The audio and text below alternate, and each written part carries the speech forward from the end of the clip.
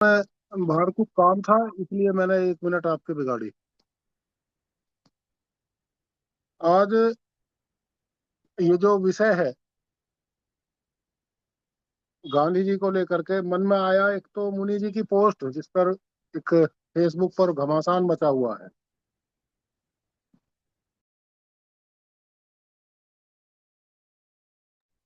घमासान मचा हुआ है फेसबुक पर, मैं पढ़ रहा था। हमारे पुराने साथी हैं धर्मेंद्र भाई, उनको साथ। दूसरे 24 तारीख में लोक स्वराज्य को लेकर के एक बैठक है करनाल में। उसमें ईसम सिंह जी के साथ मेरी लंबी चर्चा हुई और ज्ञानेंद्र जी के साथ चर्चा हुई। इस सारे परिप्रेक्ष्य को समझते हुए मन में विचार आया कि अक्सर जब भी हम लोकतंत्र की बात करते हैं, तभी गांधी का नाम किसी न किसी प्रसंग में अपने आप उभर आता है। उसे ठीक और गलत कहने वाले अनेक लोग हो जाते हैं। ये चलता रहता है। देखिए, मेरी समीक्षा में गांधी के चरित्र पर बात करने वाले 3 प्रकार की अवधारणाएं हैं। ये बात तीन प्रकार से बात होती है। एक वे लोग जो गांधी के दार्शनिक दृष्टिकोणों की समीक्षा करते हैं और ये ढूंढते हैं कि वे समाज के लिए किस प्रकार उपयोगी हो सकते हैं। एक वे लोग जो गांधी के अनुयायी हैं, अपने आप को गांधी का भक्त कहते हैं और गांधी के वैचारिक तत्व से हमेशा दूर रहने की कोशिश करते हैं। और तीसरे जो विरोधी हैं। मेरी समझ में जो गांधी के अस्तित्व के सबसे ज्यादा नुकसान पहुंचाने वाले लोग हैं, वे हैं जो गांधी के अनुयायी खुद को कहते हैं। गांधी को समझने की कोशिश नहीं करते। गांधी को तो नहीं, गांधी का जो दृष्टिकोण है या जो उसका दार्शनिक तत्व है उस पर विचार करने की कोशिश नहीं करते। इस प्रकार के कई गांधीयन साथी मेरी भी पहचान में है, क्योंकि लंबा समय हो गया इस तरह की बातचीत करते हुए। तो ये बड़ा एक अजीब सा हालात पैदा हो जाते हैं समाज में कि भाई आखिर गांधी विचार और गांधीवाद फिर है क्या। देखिए, वाद का अर्थ जो मैंने समझा है वो मैं आपसे कह देना चाहता हूँ। कोई भी सिद्धांत वाद के रूप में तब परिवर्तित होता है जब ये तय हो जाता है कि अब उसमें कोई बदलाव नहीं किया जा सकता है। उसके अनुसार ही, उसे ही परम सत्य मान करके बस अब जो भी काम करना है, समाज में करना है या जो भी कुछ करना है, उस सिद्धांत के अनुयायियों की आशा रहती है, अभिलाषा रहती है, ये प्रयास रहता है कि बस उस सिद्धांत को अब एक प्रकार से परम व्यवस्था मान लिया जाएगा और इसी के आधार पर पूरे समाज को जीना। समीक्षक हमेशा तत्व की समीक्षा करते हैं और जो विरोधी होते हैं उनके बारे में भी कुछ कहने की जरूरत नहीं है। तो उनको तो हमेशा वो बात कहनी है तो किसी भी तरीके से वो सिद्धांत गलत साबित करना है। देखने वाली बात यह है कि प्रश्न उठा ईसम सिंह जी के साथ चर्चा में मेरा आज। उन्होंने मुझसे कहा कि ये जो ग्राम स्वराज्य का मामला है, ये आकर्षक कैसे बन सकता है। मैंने उन और इसी के साथ गांधी शब्द भी जुड़ा। मैंने उनसे कहा कि ये आकर्षक बनने वाला विषय ही नहीं है, ये समझा जाने वाला विषय है। और समझा इस प्रकार जाना चाहिए कि एक समय था जब गांधी के चरखे ने देश में स्वावलंबन की एक लहर ला दी थी। एक जनमत उमड़ पड़ा था। लेकिन अब अगर हम बात ये करेंगे कि गांधी का जो सूत काटना है या स्वावलंबी बनने के और छोटे छोटे उपाय हैं जिन्हें गांधीवादी करते रहते हैं, जो नाटक नौटंकी चलती रहती है, उसके आधार पर समाज को स्वावलंबी या व्यक्ति को स्वावलंबी बनाने की बात की जाएगी तो वो निरर्थक साबित होगी और हो रही है। क्योंकि आधुनिक युग में युवा अगर आकर्षित होगा तो वो कंप्यूटर की तरफ होगा, नई नई तकनीकों के पक्ष में होगा। वो चरखे की तरफ तो नहीं जाएगा। और हमारे जितने भी साथी गांधी के अनुयायी हैं, उन्हें निश्चित रूप से स्वावलंबन के लिए जो गांधी ने उस समय उपाय स्वीकार किए थे, उन्हें आज भी लागू करना चाहते हैं। ये मेरी समझ में ठीक बात नहीं है। इस स्वावलंबन की, व्यक्ति के स्वावलंबी बनने की, समाज के सक्षम बनने की आवश्यकता स्वराज्य को लाने में जरूर आएगी। क्योंकि एक तरफ वे लोग खड़े हैं जो स्वराज्य के सिद्धांत की ठीक समीक्षा करते हैं, मानते हैं कि जब तक हम स्वराज्य के सिद्धांत को नीतिगत रूप से नहीं समझेंगे, या वो व्यवस्था में किस प्रकार लागू होगा उसे नहीं समझेंगे, तो व्यक्ति स्वावलंबी भी नहीं बन पाएगा।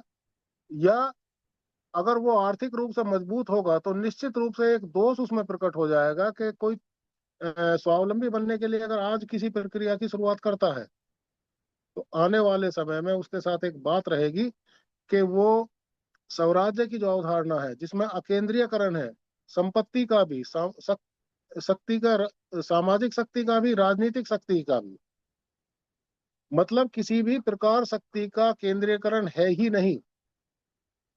अगर कोई स्वावलंबी बनने की शुरुआत करके फिर वो धनाढ्य बनता चला जाता है, ऐसे अनेक उदाहरण है समाज, तो निश्चित रूप से ये बात कही जा सकती है कि ये स्वराज्य के सिद्धांत को लागू करने में हानि पहुंचाते रहे। क्योंकि अगर आप आर्थिक स्वावलंबी बन जाते हैं और सामाजिक स्वावलंबी नहीं बनते हैं, या राजनीतिक स्वावलंबी नहीं बनते हैं, तो असमानता का वो दौर चलेगा जो वर्तमान के समाज में है, जो परिस्थितियां वर्तमान समाज में बनी हुई हैं असंतुलन की, वो इस प्रकार समाज के ढांचे पर हावी होंगी कि अच्छा परिणाम नहीं आएगा और हम स्वराज्य का समुचित अर्थ समझने में असमर्थ रहेंगे। अगर हम देखते हैं, तुलना करते हैं आजाद भारत की, जिसमें ये माना गया अंग्रेजों की सरकार जाने के बाद कि अब स्वराज्य आ गया है, तो निश्चित रूप से स्वराज्य में ये हानि है, स्वराज्य के सिद्धांत के लागू होने में, कि कहीं आर्थिक स्वावलंबन है तो सामाजिक नहीं है, कहीं सामाजिक स्वावलंबन है तो आर्थिक नहीं है, कहीं आर्थिक और सामाजिक स्वावलंबी व्यक्ति होने की कोशिश करता है तो दूर चला जाता है राजनीतिक स्वावलंबन से, और वहां कुछ ना कुछ वो गलत कर बैठता है। इन तीनों परिस्थितियों का समन्वय ही स्वराज्य को लाने में एक अच्छी पहल हो सकता है। निश्चित रूप से गांधी का दृष्टिकोण यही रहा होगा। उस समय चरखा तकनीक का उच्चतम स्तर रहा होगा, अब से 100 साल पहले, लेकिन वो आज नहीं है। आज तकनीक के पैमाने कुछ दूसरे रहेंगे। ये बात समझी जाने वाली। और आज की पीढ़ी को, वर्तमान की पीढ़ी को चरखे की तरफ आकर्षित नहीं किया जा सकता है। ये जो साथी गांधी चिंतन के अनुयायी अपने आप को, गांधीवाद के अनुयायी अपने आप को कहते हैं, उन्हें निश्चित रूप से ये बात समझ लेनी होगी। अगर ये कोई निश्चित बात नहीं है कि वर्तमान सरकार गांधीवाद की बिल्कुल विरोधी है या उसकी ठीक, एक भाई साहब आप यहाँ मत बताओ इसे। हाँ, अगर ये बात समझी जाने वाली है कि वर्तमान सरकार में गांधी को लेकर के निराशा का भाव है या गांधी चिंतन के विरुद्ध है, ये ठीक नहीं है। गांधी चिंतन की जो बात मैंने कही है वो तो है सामाजिक, राजनीतिक, आर्थिक स्वावलंबन का समन्वय। ये गांधी चिंतन का दृष्टिकोण है, ऐसा मैंने समझा है, ऐसा मैंने समझा है। मदन जी जरा आप ये बंद करना, मदन जी अपना माइक बंद करो, या संजय आप बंद कर दो इनका माइक। और गांधीवाद का जो मैंने मतलब समझा है वो ये है कि चरखा जो गांधी 1920 में चलाया करते थे वो 2025 में भी जू का तू चलता रहे। चरखे से कटा हुआ सूत ही, या साबुन बनाना या और छोटे छोटे जो क्रियाकलाप है वो करना कोई बुरी बात नहीं है। जितने जो लोग करना चाहे कर सकते हैं, लेकिन आर्थिक स्वावलंबन के लिए, सामाजिक स्वावलंबन के लिए ये ही बुनियादी आधार है। ये बात मानी नहीं जानी चाहिए। ये गांधीवादियों का तो कहना हो सकता है, गांधी चिंतन पर विचार करने वाले लोग इसे ठीक नहीं मान सकते हैं।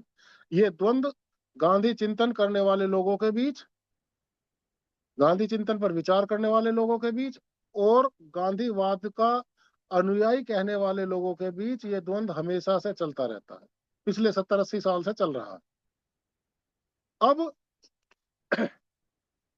बात आती है, कई बार ये देखा जाता है, एक दो बार मुझे भी ऐसी बैठकों में रहने का अवसर मिला, जब गांधी चिंतन क्या कहता है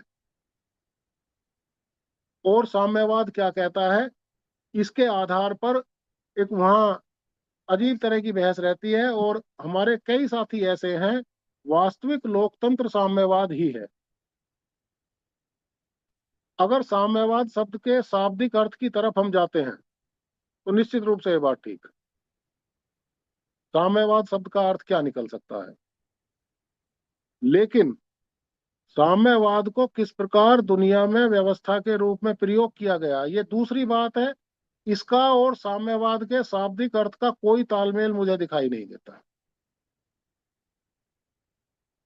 जिस प्रकार पूंजीवादी लोकतंत्र दुनिया में अच्छी व्यवस्था नहीं मानी जाती है, उसी प्रकार साम्यवाद, उसका जो मूल अर्थ है, और साम्यवादी लोगों ने व्यवस्था को जिस प्रकार बनाया, इसके उदाहरण है माओ, चीन का पहला साम्यवादी राष्ट्रपति, या लेनिन रूस में, वर्तमान का शी जिनपिंग, और भी कई सारे उदाहरण हैं। इन्होंने सत्ता को इतना क्रूर बनाया साम्यवाद के सिद्धांत का सहारा लेकर के, कि साम्यवाद की जो मूल विषय वस्तु हो सकती है, उसका और इन लोगों का कोई तालमेल ही नहीं है। क्योंकि निश्चित रूप से हिंसा का जो भयंकर तांडव मानवता ने रूस, चीन और दूसरे साम्यवादी देशों में देखा है, उसे देखने के बाद साम्यवाद की आलोचना ना हो, इसका विरोध ना हो, ये सभ्यता स्वीकार नहीं कर सकती है। क्योंकि चीन में जब साम्यवाद लागू हुआ, उससे पहले अनुमान के तौर पर कई लोग 10 लाख आदमी की हत्या कहते हैं, कई 20 लाख की कहते हैं, करोड़ों की भी तादाद वहां जा सकती है। बड़ी बड़ी नृशंस हत्याकांड वहां हुए और साम्यवाद कामयाब हो गया। आज की दुनिया को चीन का मुखौटा दिखाया जाता है कि भारत के बाद आजाद होने वाला चीन इतनी आर्थिक और सामाजिक तरक्की कर गया है कि भारत कहीं खड़ा ही नहीं है उसके बराबर। मैं हमेशा ये बात कहता हूं कि 1948 में चीन आजाद नहीं हुआ था, साम्यवाद का गुलाम हुआ। और जिस पर मोहर लगी थी, कितना, 10 जून 1988 शायद, या 10 मई 1988 में, जब तियानवे चौक पर शंघाई शहर में वो नृशंस हत्याकांड हुआ था, जो जहां लोकतांत्रिक व्यवस्था को बहाल करने की मांग करने वाले लोगों पर टैंक चलवा दिए गए थे, गोलियां चलवाई गई थी, जहां एक ऐसा नृशंस हत्याकांड हुआ था। बताया जाता है कि उसमें अनगिनत लोग मारे गए, कुचल दिए गए।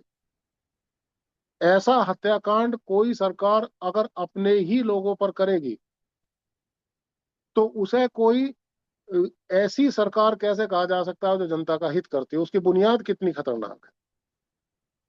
मैं समझता हूं कि वो दहशत चीन की जनता के दिमाग में आज तक भी है कि सरकार के विरोध का अर्थ दमन होगा। अगर कोई दमनकारी सिद्धांत आपको कालांतर में सुविधा दे भी दे, निश्चित रूप से उसे ठीक नहीं कहा जा सकता। क्योंकि सबसे बड़ी पूंजी अगर मानव सभ्यता की कोई है तो वो स्वतंत्रता है। स्वतंत्रता के अतिरिक्त जो उसे मिलता है और संतोष देता है वो तो ठीक है, लेकिन अगर स्वतंत्रता छीनने के बाद सुविधाएं दी जाए, तो इसे, इस प्रयास को सभ्य नहीं कहा जा सकता। ऐसा चीन में भी हुआ, ऐसा रूस में भी हुआ।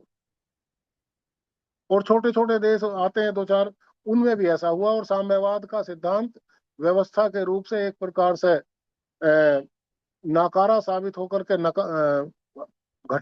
हटा दिया गया। और आज चीन और रूस, जो अपने आप को साम्यवाद का झंडा बरदार कहते हैं, निश्चित रूप से वहां एक प्रक्रिया चली हुई है कि वे साम्यवादी पूंजीवाद के गुलाम है, और वहां कुछ नहीं है।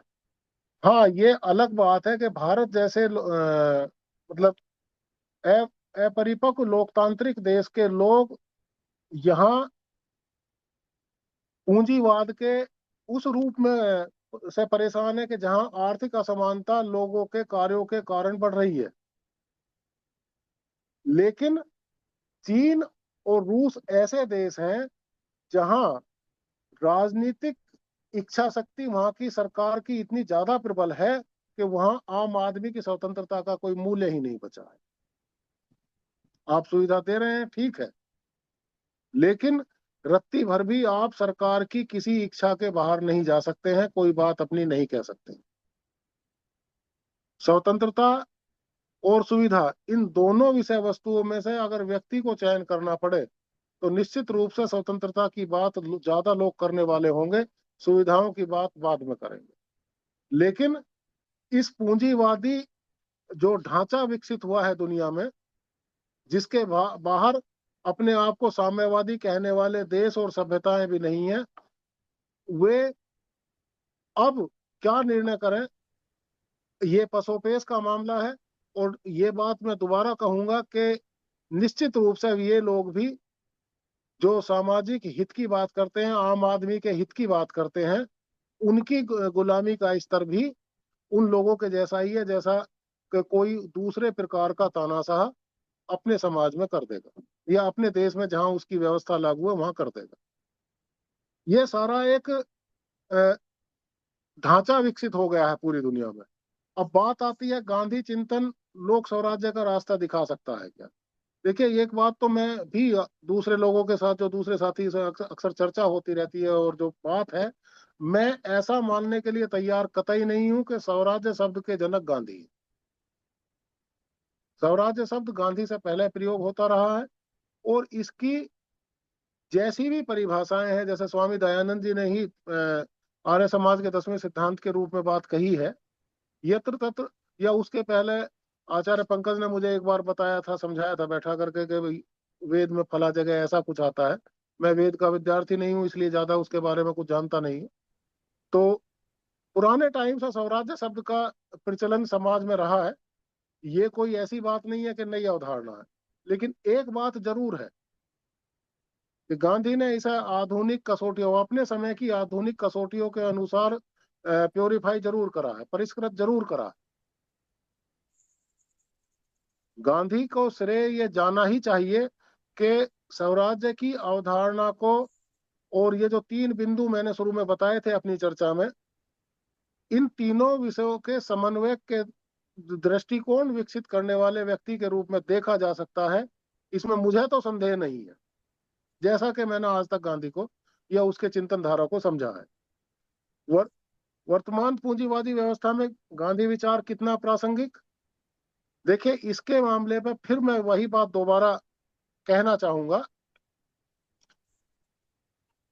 ये आर्थिक, सामाजिक और राजनीतिक स्वावलंबन की जब बात होगी, तो और जो छोटी मोटी बीमारियां हैं, जब इन आधारों पर व्यक्ति और समाज स्वावलंबी बनेगा, तो निश्चित रूप से समाज की स्थिति मजबूत होगी। सरकारों को उतना ताकतवर बनाने की कोशिश नहीं करनी पड़ेगी, और फिर अच्छा परिणाम ये आने की उम्मीद बनेगी कि समाज का ढांचे में सरकार का जो प्रभाव है वो घटेगा। क्योंकि ये बात मानने में कोई दिक्कत नहीं है, जब तक समाज मजबूत होकर के सरकार से कोई ठीक सवाल पूछने की स्थिति में नहीं आएगा, और समाज ये नहीं मानेगा कि समाज व्यवस्था का जो नैरेटिव विकसित होता है उसको बनाने की जिम्मेदारी सरकार की नहीं है, तब तक तब तक निश्चित रूप से ये बात रहेगी कि ठीक परिणाम समाज के सामने नहीं आएगा। क्योंकि सरकार अगर समाज का नैरेटिव बनाती रहेगी तो फिर तो वो अपने तरीके से समाज में वर्ग संघर्ष भी विकसित होगा, और भी तमाम प्रकार की प्रक्रियाएं चलेंगी। हाँ, ये बात एक अंतर समझा जाना चाहिए कि भारत में जैसे जितनी बड़ी आबादी है, इसमें जो आर्थिक असमानता के जिस दौर से पूरा समाज आज गुजर रहा है, इसका अंतर किस प्रकार ढका जाए। दूसरी बात, जो चुनौतियां आती हैं, अक्सर ये बात कही जाती है कि अगर भारत गांधी के बताए हुए शिथिल मार्गों पर, जो आज की तुलना में शिथिल है, जो गांधी के 100 साल पहले जो उन्होंने बात कही और अब जो बात आ रही है 90-100 साल पहले, अगर गांधी के चिंतन धारा को समाज अपनाएगा तो निश्चित रूप से विश्व की मजबूत अर्थव्यवस्थाओं के साथ वो खड़ा नहीं हो सकेगा। तो उसका लिए यही इलाज है, जो समन्वय की बात मैंने वो कही है। ये सारा दृष्टिकोण मेरा बना था इस मामले पर। मैंने अपनी बात कही है, अब आप लोग चर्चा करिएगा। अगर कोई और सवाल या ऐसी कोई बात होगी तो दोबारा कहेंगे। धन्यवाद। धन्यवाद ज्ञानेंद्र जी। बाकी के साथी बताएं, किसी को कुछ बात कहनी है तो सभी बंधुओं को नमस्कार। बताइए पवन जी। गांधी विचार और गांधीवाद में अंतर। देखिए, गांधी विचार और वाद जो होता है, हमारी संस्कृति में, भारतीय दर्शन में वाद के लिए सीधे मना किया गया है कि किसी भी प्रकार का वाद जो है नहीं होना चाहिए, चाहे वो बहुत ही प्रिय राष्ट्रवाद ही क्यों ना हो, उसके लिए भी मनाही। अब विचार और वाद में अंतर कैसे समझे हम, तो उसको इस प्रकार समझा जा सकता है कि भारतीय दर्शन में किसी चीज को शुरू करने से पहले गणेश जी की पूजा की जाती है।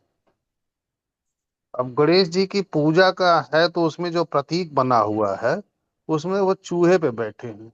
चूहा तर्क की निशानी है, तो तर्क पे गणेश जी बैठ गए। और गणेश जी का जो मस्तिष्क है वो हाथी का है। हाथी जो है निर्विचार जीव है। तो आज हम तर्क को समाप्त करते हैं, आज के बाद जो है तर्क नहीं होगा। आज मैंने जो फैसला कर लिया है कि मैं ये पान की दुकान चलाऊंगा, मैं ये फैक्ट्री लग काम करूंगा, अब मेरा जीवन ये है, मैं इसको अच्छे से करूंगा, अब मैं इधर उधर नहीं भागूंगा। तो हम गणेश जी को बैठा देते हैं और वह काम शुरू कर देते हैं। अब इसको मानने वालों ने, किसी ने इनको पुत्र बताया तो किसी ने कुछ बताया, उनके नाम पे तमाम गोरख धंधे हुए, जो आलोचना का विषय है। कुछ सर्वज्ञानी इस तरह से पैदा हो गए कि इन्होंने इसको ढकोसला बताया, इस पे गाली गलौज किया और इस पे गालियां बकते रहते। मतलब गांधी के मानने वाले, गांधी के ना मानने वाले। समझना है इन प्रतीकों को, समझना है गांधी के चरखे को, जो ये कहता है कि आप अपना उत्पादन खुद करो। पूंजीवाद के विषय में अगर आप गांधीवाद को समझेंगे, गांधी के चरखे को समझेंगे, तो यह बता रहा है कि आप जो प्रोडक्ट खरीद रहे हो वह विदेशी ना हो। आपका जीडीपी दर बढ़ रहा है 6%, आप किसको पैसा अपना दे दे रहे हो? आप विदेशी कंपनियों को पैसा दे रहे हो। जो काम अंग्रेज लूट के ले जाते थे, मार के ले जाते थे, आप स्वतः दे दे रहे हो अपना पैसा। हम लोगों ने एक दिन जीडीपी पे चर्चा किया था और ये बताया था नरेंद्र जी ने कि ये खतरनाक स्थिति है जीडीपी का बढ़ना। तो गांधी का चरखा वहां पे समझना पड़ेगा आपको कि अपने प्रोडक्ट आप खुद पैदा करो, अपना पूंजीवाद, अपना पूंजीपति आप खुद तैयार करो और उसको आप प्रोत्साहित कर सकते हो। समझ डेवलप करना पड़ेगा, समझदारी करना, शराफत छोड़ना पड़ेगा, समझदार बनना पड़ेगा, आदर्श छोड़ना पड़ेगा, नंबर 2 की व्यवस्था माननी पड़ेगी। और ये सब सिर्फ गाना नहीं गाना है, इसको वास्तव में हकीकत में मानना पड़ेगा आपको।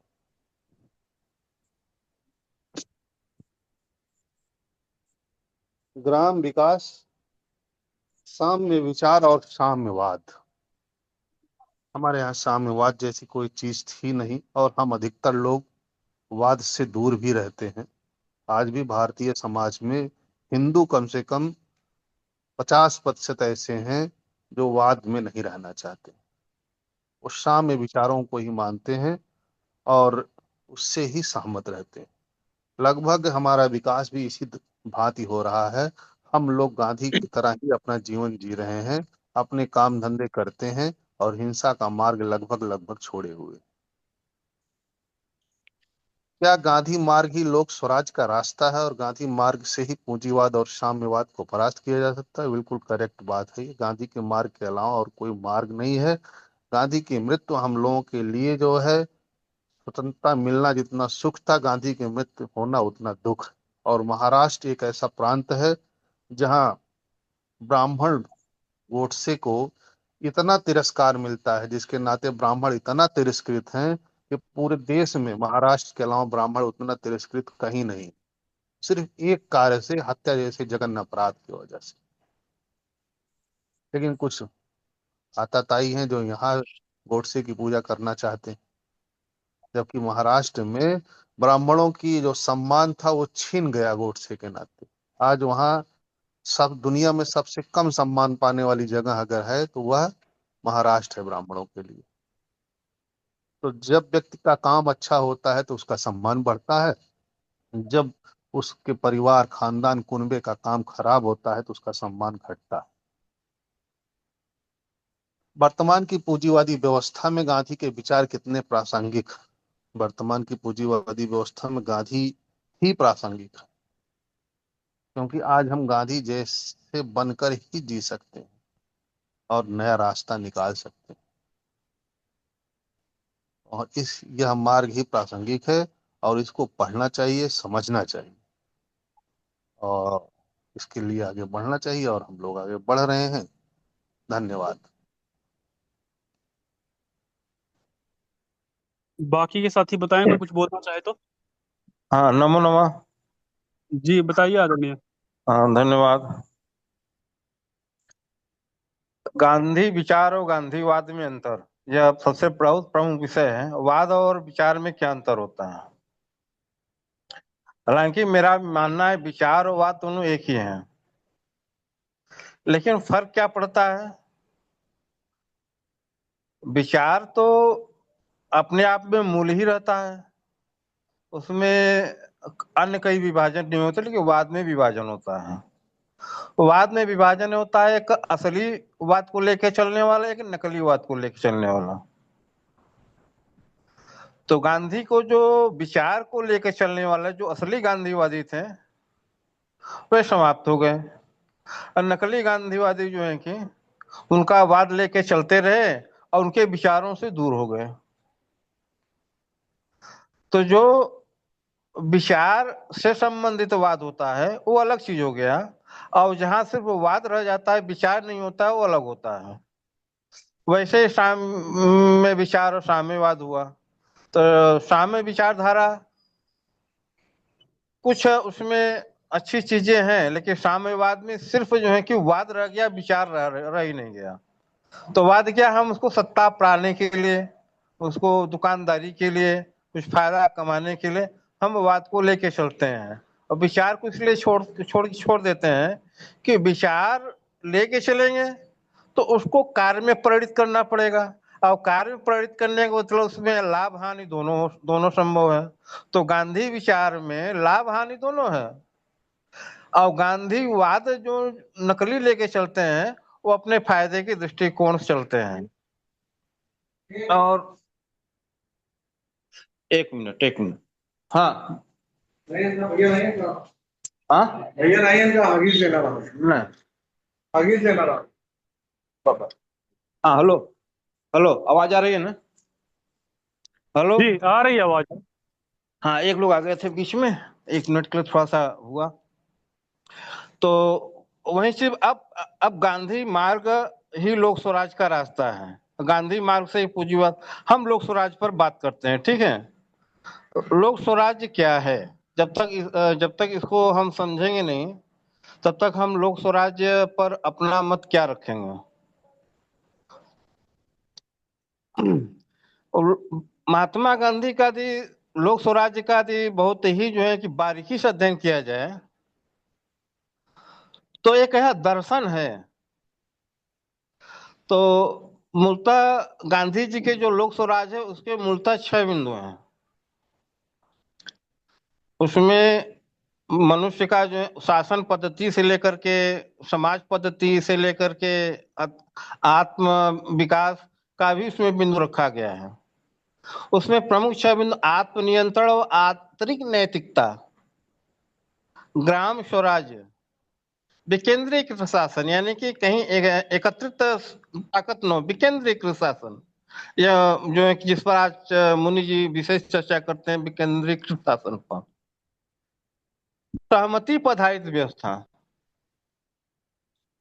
यह जो है कि चौथा बिंदु है। आत्मनिर्भरता, आत्मनिर्भरता और जन कल्याण, माने हर व्यक्ति आत्मनिर्भर हो और उसका और सबका कल्याण हो, लोक कल्याण हो।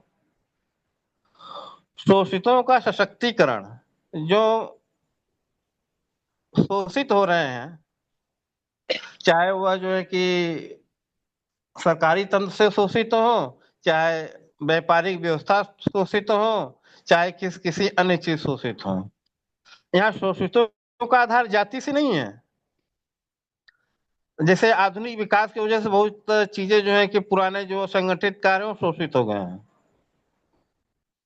तो शोषितों का सशक्तिकरण, जो इनका शोषण हो रहा है, और अंतिम है कि शोषण मुक्त समाज बनाना। तो मूलतः गांधी जी का जो दर्शन है वह अद्वैतवाद ही है। अद्वैतवाद में और गांधी जी के विचार दर्शन में कोई अंतर नहीं है।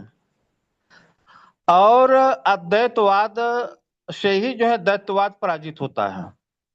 पूंजीवाद साम्यवाद जो है कि अद्वैतवाद है।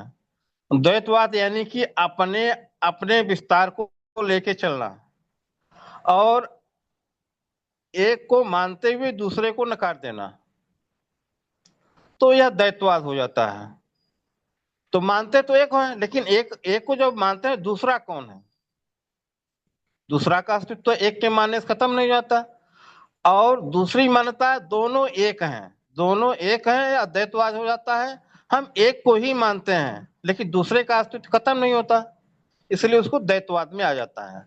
तो पूंजीवाद साम्यवाद जो है कि पूंजीवाद को मानता है लेकिन दूसरे का अस्तित्व रहेगा, इसलिए वह द्वैतवाद हो गया।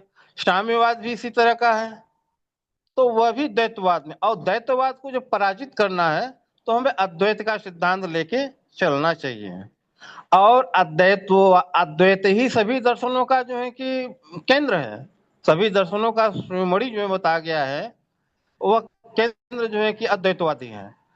जैसे विज्ञान है, विज्ञान भी जो वैज्ञानिक शोध है, अन्वेषण है, वह अद्वैतवाद है। क्योंकि विज्ञान का जो और विज्ञान करिएगा। हाँ, विज्ञान का जो शोध होता है, जो नया रिसर्च होता है, वह पुराने शोध से और नए रिसर्च को जो है कि समन्वय कर लेते हैं, माने वह एक हो जाता है। जैसे हम एक गणित से जो है कि calculator, calculator, computer, computer, super computer बना, माने एक ही चीज धारा लेके चल रही है। तो जो वैचारिक जो संतुलन है, एक विचार से दूसरे विचार को संतुलित करना ही अद्वैतवाद है। तो गांधी जी का दर्शन यदि सही ढंग समझना है तो हमें अद्वैतवाद की भी परिभाषा में इसको लेकर चलना चाहिए। इसी साथ में बात को समाप्त करता हूँ। धन्यवाद जी बाबा जी, अगर आप कुछ रखना चाहें तो रख सकते हैं।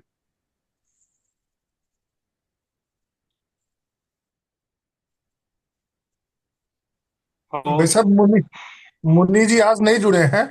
आज श्रीकांत जी बताइए। ठीक है, ठीक। देखिए भाई, मैं ये कह रहा हूँ ना कि आप लोग क्या मुहावरों की भाषा में कहें तो अब ये भाई अभी द्वैत अद्वैत खोज रहे थे गांधीवाद में। एक भाई ने कहा कि पूंजीवाद आज के पूंजीवाद में गांधीवाद कहाँ है। आप लोग पहले तो बाई फोर्स करके लोक स्वराज को महात्मा जी के मुंह में ठेल रहे हैं। महात्मा जी तो लोक स्वराज महात्मा जी को पढ़ना पड़ता है, इंटर के क्लास में पढ़ना पड़ता है। ऊपर 12th में ही महात्मा जी को पढ़ना है। तो उनका वो भी पूंजीवादी ही है, वो गैर पूंजीवादी नहीं है। वो लोक स्वराज से उनको कोनो मतलब नहीं था। उन्होंने एक दो भाषण दे दिया कि गांव से हम तुम कैसा भारत देखना चाहते हो, तो गांव भारत है, ये गांव का सब आदमी में नीचे का जो सबसे नीचे का आदमी है वो मस्त हो, मैं वैसा गांव देखना चाहता हूँ। तो महात्मा जी का ये एक इंटरव्यू है। महात्मा जी ने कभी आधे घंटे के लिए भी गांव वालों के लिए वो क्या कहलाता है धरना भी नहीं दिया। महात्मा जी जब मरे तब तक संविधान 1.5 साल का हो गया था, 1 महीना से एक।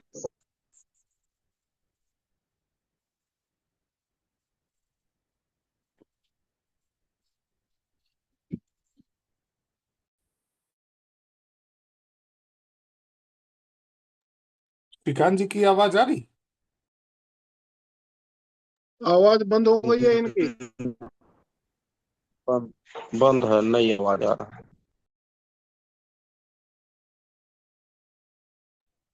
श्रीकांत जी की आवाज पूंजीवाद के भेंट चढ़ गया।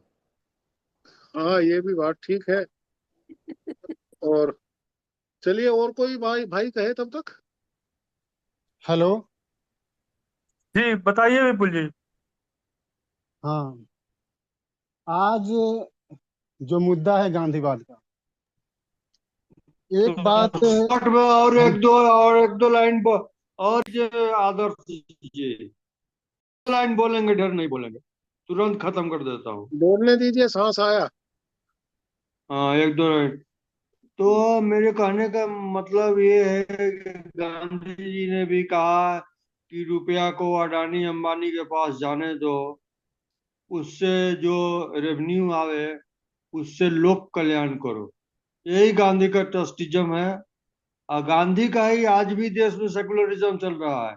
बहुत लोग कहता है कि दूसरा आदमी का है, सेकुलरिज्म ला दिया है, इंदिरा गांधी ने लाया है, उन्होंने लाया है। नहीं, सेकुलरिज्म में होम मिनिस्ट्री गांधी के अनुसार चलता है, फाइनेंस मिनिस्ट्री गांधी जी के अनुसार चलता है देश में। कोई दूसरा बात नहीं चल रहा है। और गांधी जी गांव के लिए एक इंटरव्यू दिए हैं, उसको आप लोग बरियारी कहते हैं कि गांधी जी ने ऐसे कहा था, गांधी जी ने वैसे कहा था। कुछ नहीं कहा था। कहा तो लोहिया जी ने बहुत बाद में आकर के। उन्होंने सप्त क्रांति में अपना गांव को लेकर के एक गांव और आम आदमी को लेकर के एक उन्होंने मूवमेंट बनाया देश के अंदर में।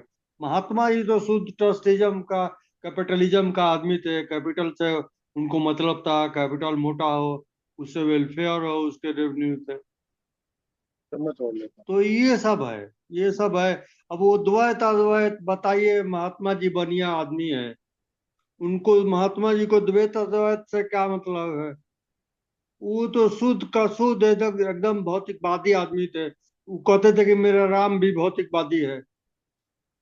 तो ये सब उन्होंने जब जो भी कीर्तन भजन किया वो डिसिप्लिन अनुशासन लाने के लिए किया कि हमारा टीम साबरमती का अनुशासन बना रहे, हूँ। इसके लिए किया।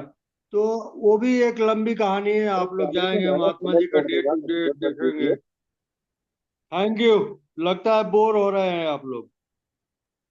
बताइए विपुल जी। हाँ, मैं बोल रहा था कि गांधीवाद की जो आइडियोलॉजी है वह स्वदेशी है। हमें तो नहीं लगता कि गांधी की विचारधारा में देसीपन है। मैं आपको अभी साबित कर देता हूँ। नहीं, देखिए, जो गांधी प्रभावित थे वो प्रभावित थे पाश्चात्य दर्शन से। उन पर Leo Tolstoy, John Ruskin, thorough का गहरा प्रभाव था। जॉन रस्किन की एक रचना है अनटू द लास्ट, उसी से उन्होंने सर्वोदय का सिद्धांत निकाला। जो टोल्स्टॉय हैं उनकी एक रचना है वार एंड पीस, सत्य अहिंसा वहीं से आया। और थॉरो का जो सिद्धांत है, जो अमेरिकन फिलोसफर था, वहां से उन्होंने जो जो, जो बाकी चीजें हैं, ऐसा अनुशासन या धर्म, ये सीखा। उनकी जो विचारधारा है वह पूरी तरह से पाश्चात्य विचारों पर ही है। एक बात और, गांधी की जो विचारधारा में ये बाइबल का भी बहुत योगदान है। आप देखिए, वो अपनी बातों में जो उनकी बातें हैं, बाइबल को वो कोट करते हैं।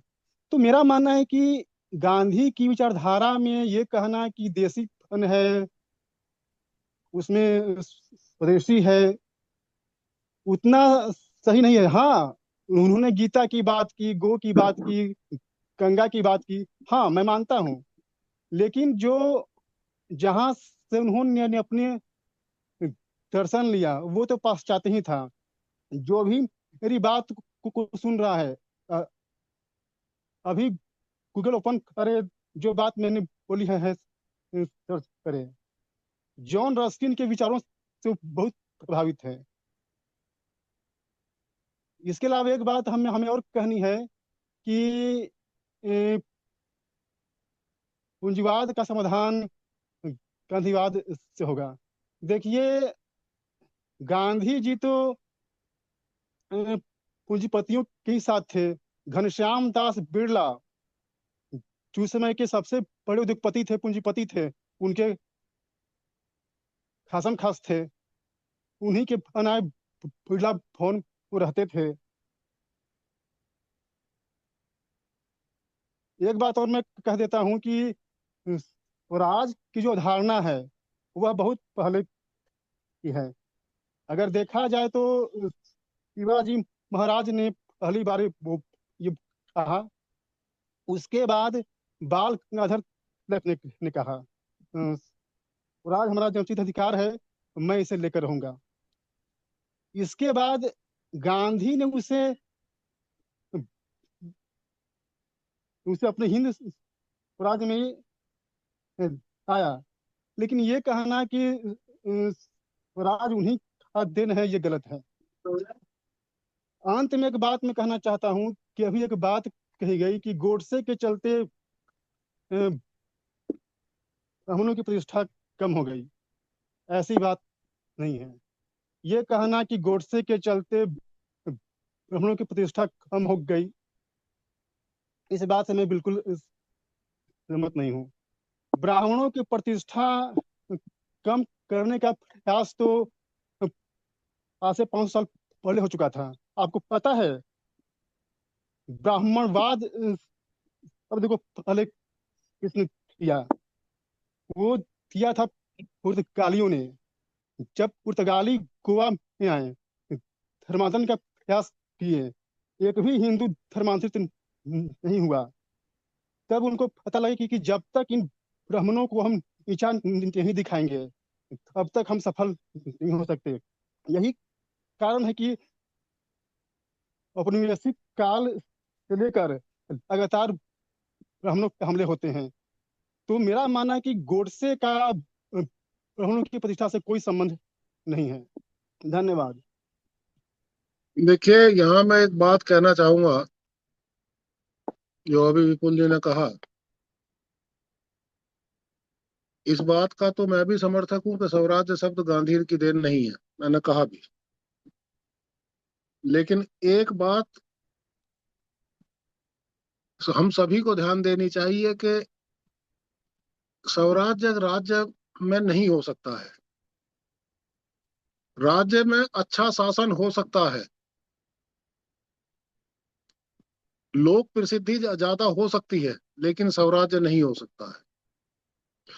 छत्रपति शिवाजी महाराज ने जो राज्य बनाया, वो दूसरे एक प्रकार से आताताई शासन के विरुद्ध अच्छी पहल थी, लेकिन ये निश्चित माना जाना चाहिए कि स्वराज्य नहीं था। स्वराज्य समाज के लिए होता है और राज्य शासक के लिए।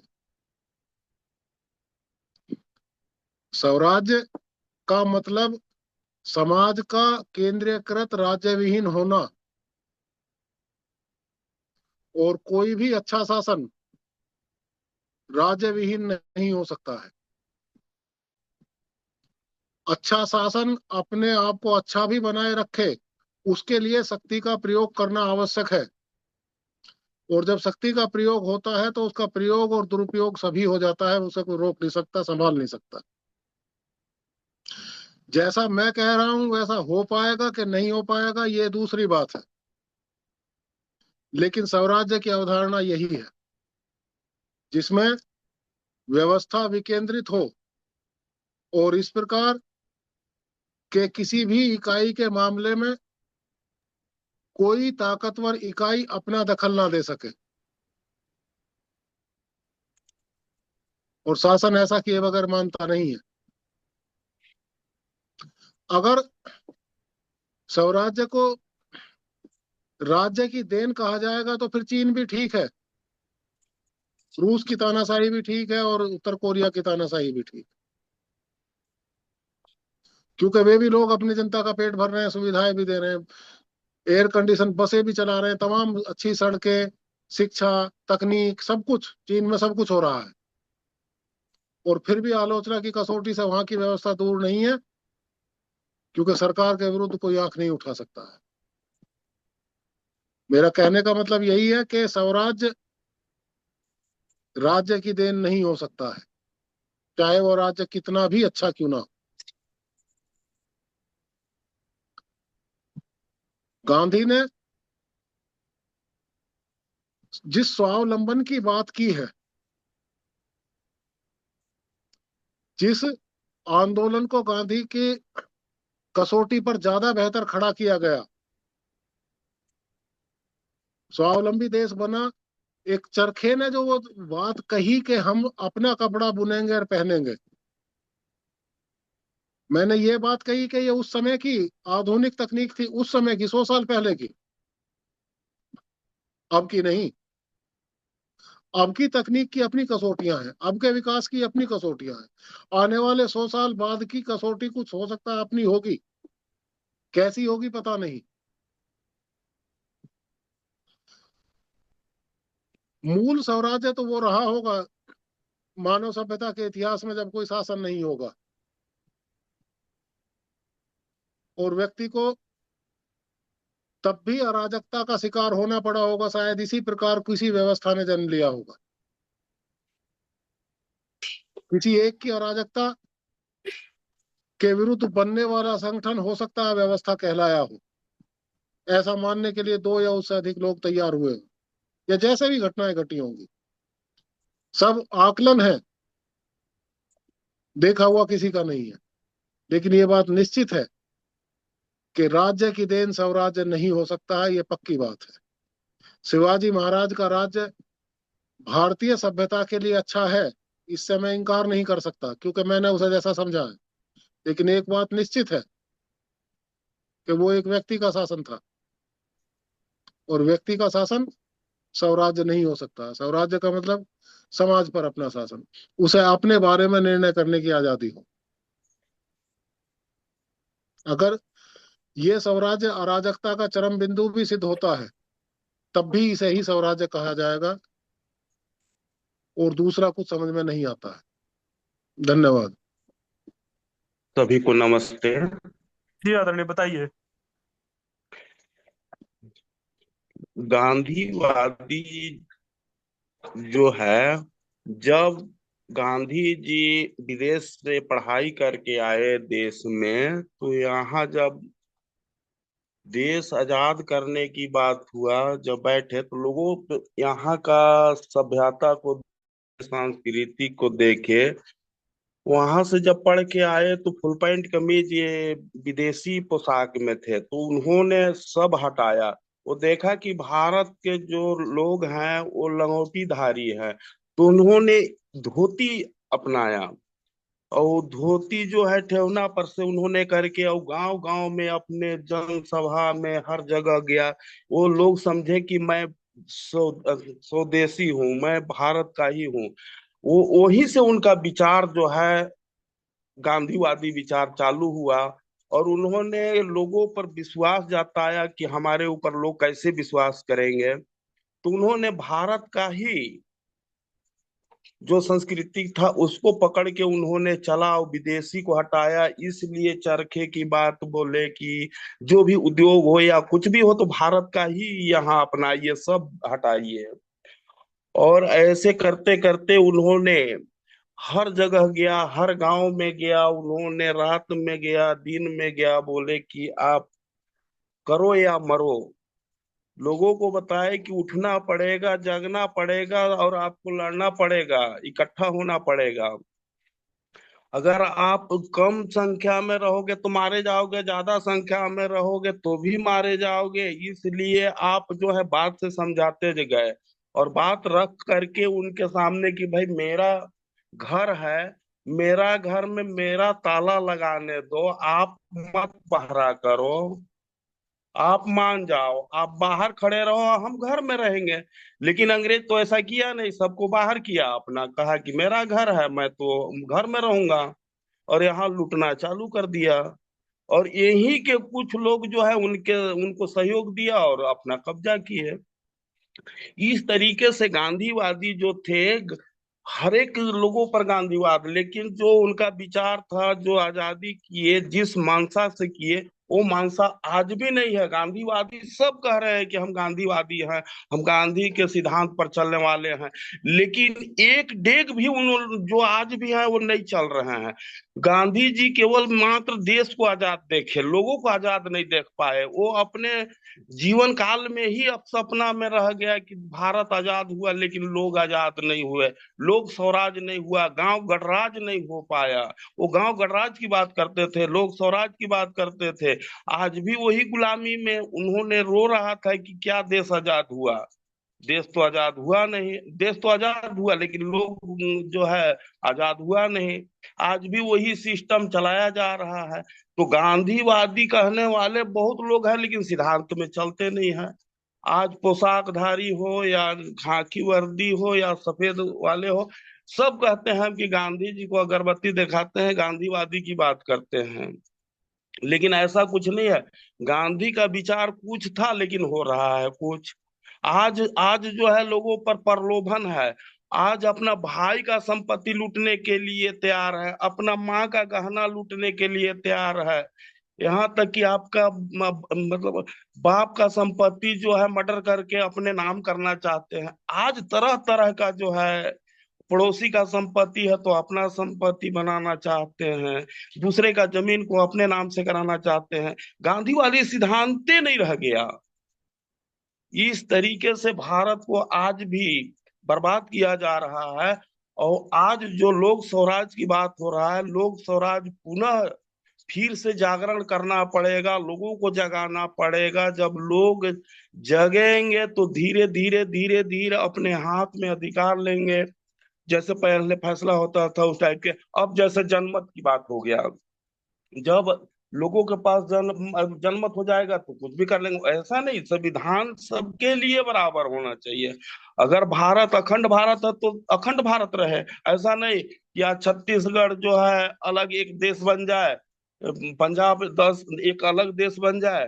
वो नहीं, वो तो मतलब जनमत फिर हो गया कि हमारा शक्ति है, हम अलग कर ले रहे हैं। सामूहिक होना चाहिए। और एक बात बोले पवनजय भैया जी कि ब्राह्मणों का इज्जत की बात, ब्राह्मण अब उधर तो क्या, मतलब दक्षिण भारत और उत्तर भारत की उतना सभ्यता क्या है, लेकिन मध्य भारत में आज भी ब्राह्मणों को हिंदू समाज भगवान मानते हैं।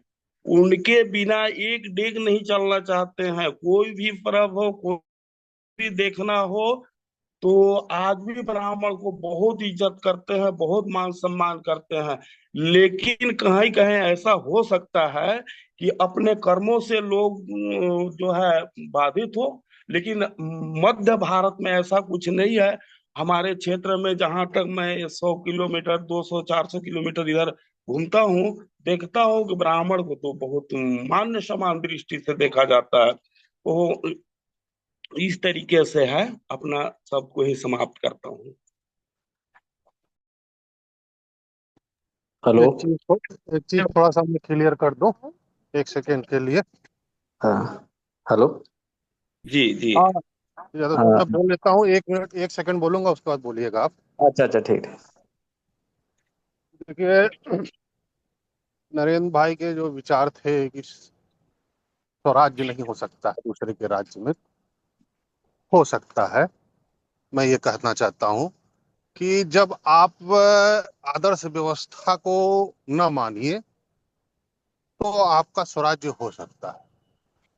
73% व्यवस्था यदि आपकी अपनी हो, आपका मुखिया आपका हो, आपके मार्गदर्शक आपके हो, आपकी व्यवस्थाएं खुद से निर्धारित होती हो, आप जो है बजरंग मुनि जी जो इस समय सिद्धांत बता रहे हैं उसको फॉलो कर रहे हो, तो स्वराज्य हो सकता है। समाज का राज्य जो होगा वो स्वराज्य होगा। दूसरी बात, मैं जो बात कर रहा हूँ चरखे की और ब्राह्मण की, उसमें ये कह रहा हूँ कि चरखा जो है वह स्वदेशी का प्रतीक है कि अपने देश का प्रोडक्ट हो, आप हम उसे यूज करें और उसे बेचें। ब्राह्मण का जो मतलब है वह यह है कि कर्म कर्म के अनुसार इज्जत बढ़ती है। यदि कर्म किया गोडसे ने तो महाराष्ट्र की इज्जत घटी।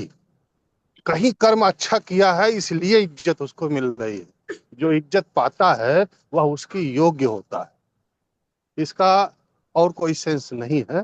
धन्यवाद। धन्यवाद नरेंद्र जी। हाँ बताइए। जी, बताइए, एक मिनट बता, एक सेकंड। आज का जो टॉपिक था वो गांधीवाद, और जो आज की जो पूंजीवादी व्यवस्था उसके ऊपर था ना। थोड़ा सा एक जो इन दो टॉपिक पे बोलना चाहूंगा थोड़ा सा। गांधीवाद के अर्थशास्त्र के मूल सिद्धांत क्या थे, पहले उसे समझ बताना चाहता हूँ। ट्रस्ट गांधी जी का सिद्धांत में एक तो पॉइंट था कि ट्रस्टीशिप होना चाहिए। धनवान व्यक्ति अपनी संपत्ति को समाज के लिए न्याय माने और उसका उपयोग सबकी भलाई के लिए करे, ना कि केवल निजी लाभ के लिए। ये ट्रस्टीशिप के अंदर आता है। दूसरा है साधन और साध्य की शुद्धता। आर्थिक विकास के साधन भी नैतिक और न्यायपूर्ण हो। नैतिक और न्यायपूर्ण मतलब समझना। और विकेंद्रीकरण, उद्योग उत्पाद के साधन गांव गांव छोटे इकाइयों में हो ताकि आर्थिक शक्ति कुछ हाथों में सिमटे ना। चौथा पॉइंट जो उनका था वो था स्वावलंबन या ग्राम स्वराज। गांव आत्मनिर्भर हो और रोजमर्रा की जरूरतें स्थानीय स्तर पर पूरी हो। मेरी आवाज आ रही है? हेलो। जी यार, बताइए। अच्छा अच्छा। और अहिंसक उपयोग, आवश्यकता आधारित सीमित उपयोग, अत्यधिक उपयोग से बचना, ये था। अब आज का पूंजीवादी व्यवस्था में गांधीवाद का विचार क्या है? आज की जो आज की वैश्विक पूंजीवादी व्यवस्था में बड़ी कंपनियां, निजी पूंजी और व्यापार केंद्रित नीतियां हावी हैं। गांधी जी के विचार सीधे पूंजीवाद को समाप्त करने की बात नहीं करते थे, बल्कि उसके नैतिकरण की बात करते थे, है ना। तो नैतिकरण में जैसे आज के टाइम पे क्या हो रहा है, एक कारपोरेट सोशल रिस्पॉन्सिबिलिटी बन रही है, जिसमें जिसे CSR कहते हैं। ट्रस्टी के अनुसार के रूप में आज कंपनियों के CSR प्रोग्राम चलते हैं और मुनाफे का कुछ हिस्सा समाज पर खर्च होता है। लेकिन जैसे गांधीवाद के थ्रू थ्रू होता था, वो एक सिद्धांत जो वो बता रहे थे, उसमें दुनिया अभी भारत में जो सबसे बड़ी कंपनी है वो है टाटा। वो अपने 66% का शेयर का अपने 66% मतलब हमारी देश की शिक्षा, स्वास्थ्य और जरूरतों पे, जो आवश्यक जरूरतें हैं, मूलभूत जरूरतें, उस पर अपना देती है। और वो खाली कितना रखता है? 66%। आप समझ सकते हैं कि कितना रख रहे हैं। बाकी दूसरी कंपनी जो है, एक अपना HDFC बैंक है, वो भी काफी अपना परसेंटेज हमारे उसमें करता है। मतलब इस तरीके की अगर सारी कंपनियां करें और उसको हम उसमें लाएं, तब ये मतलब संभव है कि ये कम हो सके। मतलब इसका मतलब क्या था, मैं इतना इसमें थोड़ा सा ये बताना चाहता हूँ कि जो मेन उद्देश्य है कि गरीब गरीब ना रहे, और अमीर और गरीब की घाई को कम करने के लिए ये सिद्धांत बने थे। सीधा सीधा सा फॉर्मूला, अगर शुद्ध हिंदी में समझे या आम भाषा में समझे, तो जो अमीर और गरीब की खाई को बांटने के लिए जो सिद्धांत बने थे वो इसी से रिलेटेड, इसी से ये टॉपिक है। उसमें उसके लिए जो भी काम करेगा, अब इसमें क्या था कि एक जो था श्रम कानून को मजबूत किया गया था, यूनियन को बनाया गया था ताकि लोग शोषण ना कर पाए। और दूसरा कि टैक्स उनसे ज्यादा लें जो ज्यादा कमा रहे हो, ना कि टैक्स उन लोगों से लें जो कम कमा रहे हैं। आदमी आज के टाइम में क्या हो रहा है, जैसे अभी आज का उदाहरण दे लो, आप रोड पे जा रहे हो, टोल टैक्स आपको भी देना है।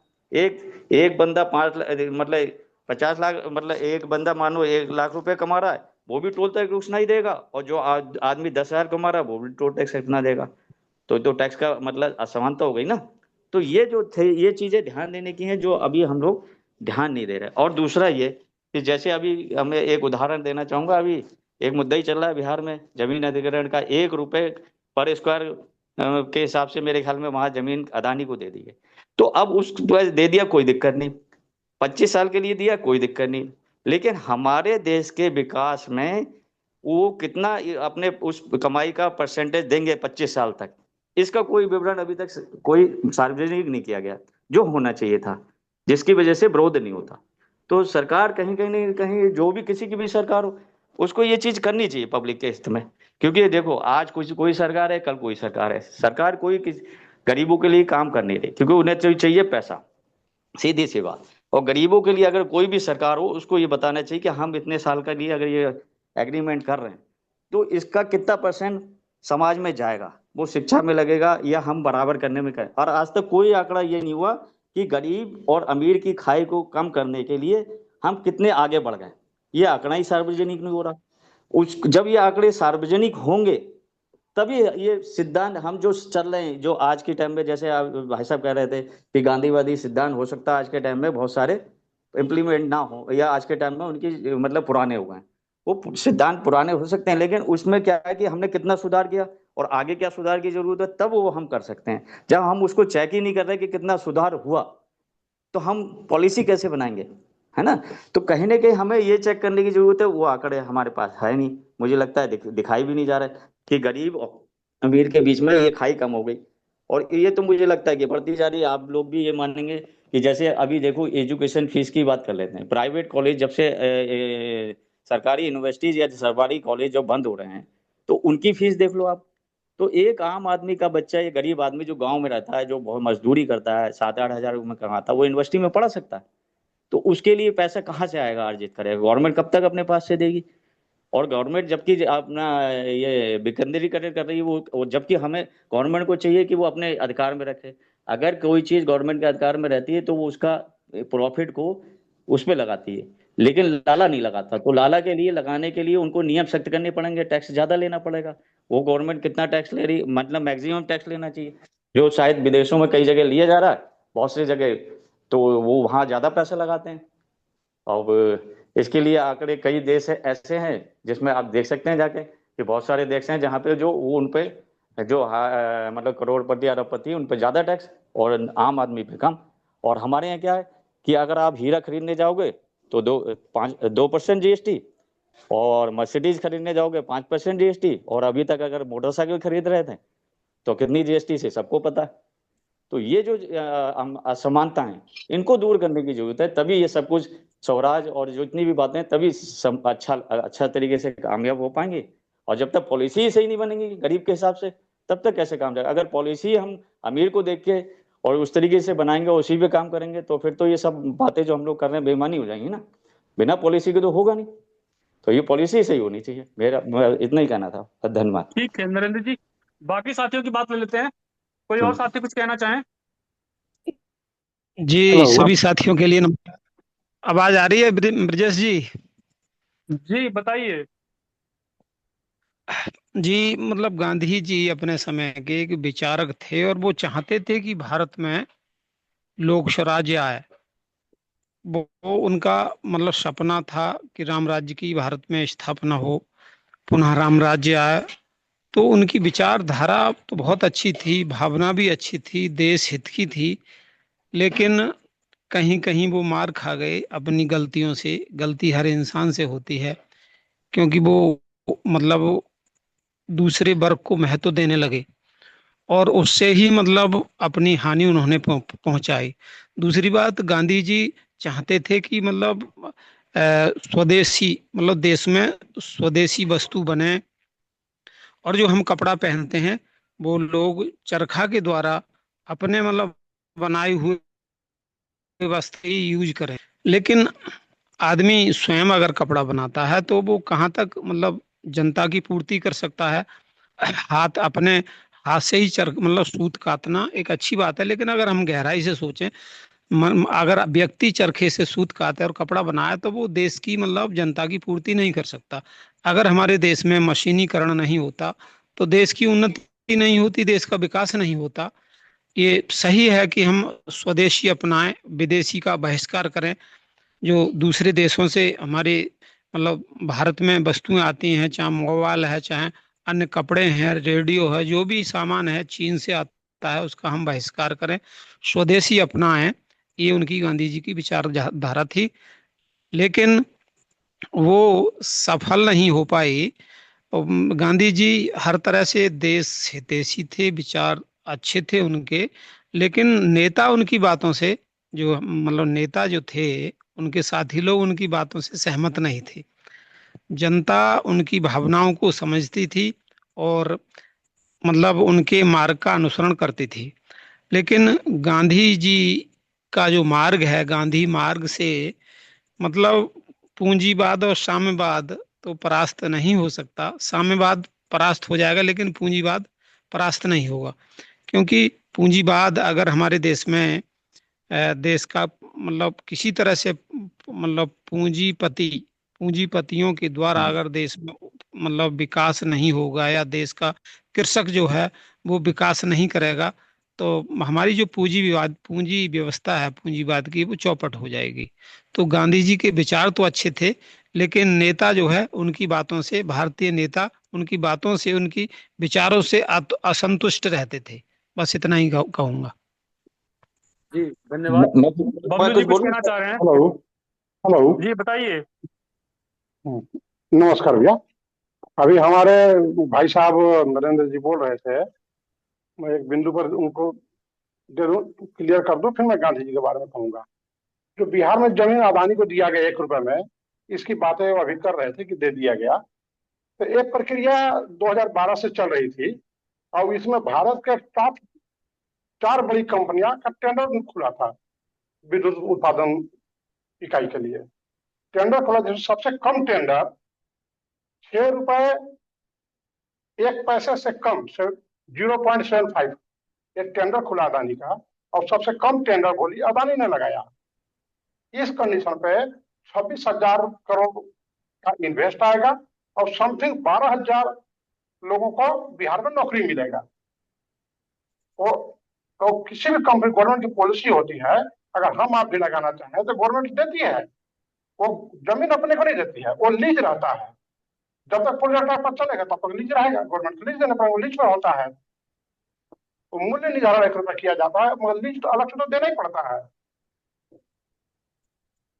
तो एक कोई मोदी जी ने दिया, वो प्रक्रिया कहा था, प्रक्रिया के तहत अदानी ने दिया है।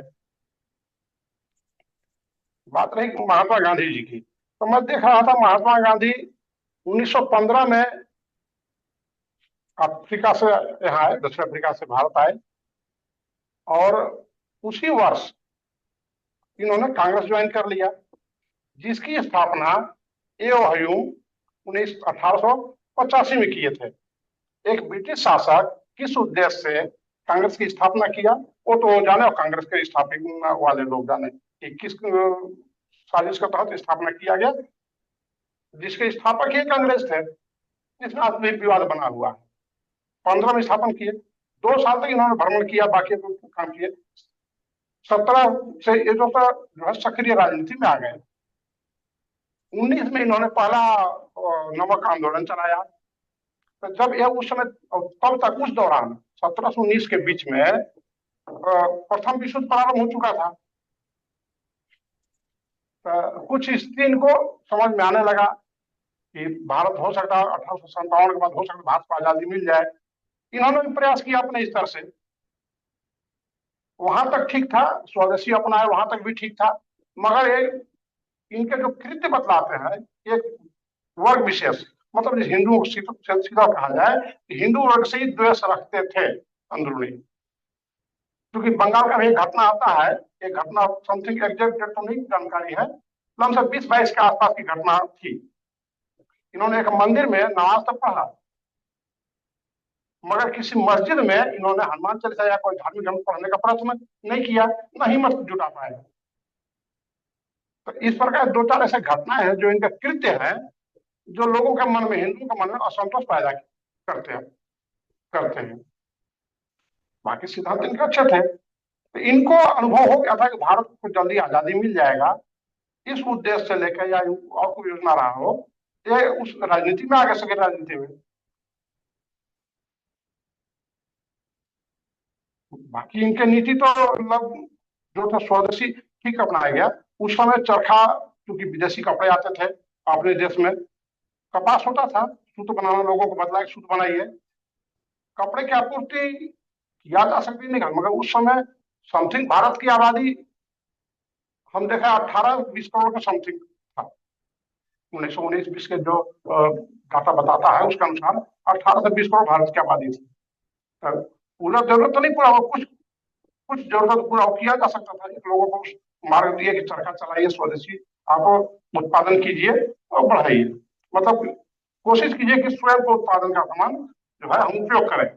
विदेशी वस्तुओं को जलाना, ये सब बहिष्कार उनके अच्छे एजेंडे थे, जो काफी हद तक सफल हुए। वर्तमान राजनीति में इनके हालांकि एजेंडे के विपरीत कार्य हो रहे हैं। कुछ कार्य मोदी जी कर रहे हैं। लोकल टू वोकल दिया गया है, वो महात्मा गांधी के सिद्धांत के ऊपर ही दिया गया है। जो मोदी जी योजना दिए लोकल फॉर वोकल का, जो योजना लगाए हैं मोदी जी, ये महात्मा गांधी के सिद्धांत पे ही कार्य हो रहा है। कुछ सिद्धांत इनके परिपालन में वर्तमान दौर में मोदी सरकार में कार्य कर रही है। बाकी तो भाई इनके नाम पर क्यों धंधे हो रहे हैं, विरोधी पार्टियां भी और पक्ष वाली पार्टियां भी, सत्ताधीश भी, तो सब राजनीति ही कर रहे हैं। बस, धन्यवाद। मैं कुछ बोलना चाहूंगा, मैं जो 2 मिनट रखूंगा। नरेंद्र जी, पहले और साथियों की बात ले लेते हैं। जी हेलो जी, बताइए आदरणीय। सभी विद्वत साथियों का अभिवादन है। आज जो है गांधीवाद और गांधी विचारधारा और साम्यवाद और साम्यवादी विचारधारा पर मुख्य विषय पर चर्चा हो रही है। तो जो भी स्वराज्य के बारे में या स्वदेशी के बारे में, आत्मनिर्भरता के बारे में, सत्य और अहिंसा के बारे में जो गांधी जी का मूल तथ्य था, इन पर जो चर्चा हो रही है,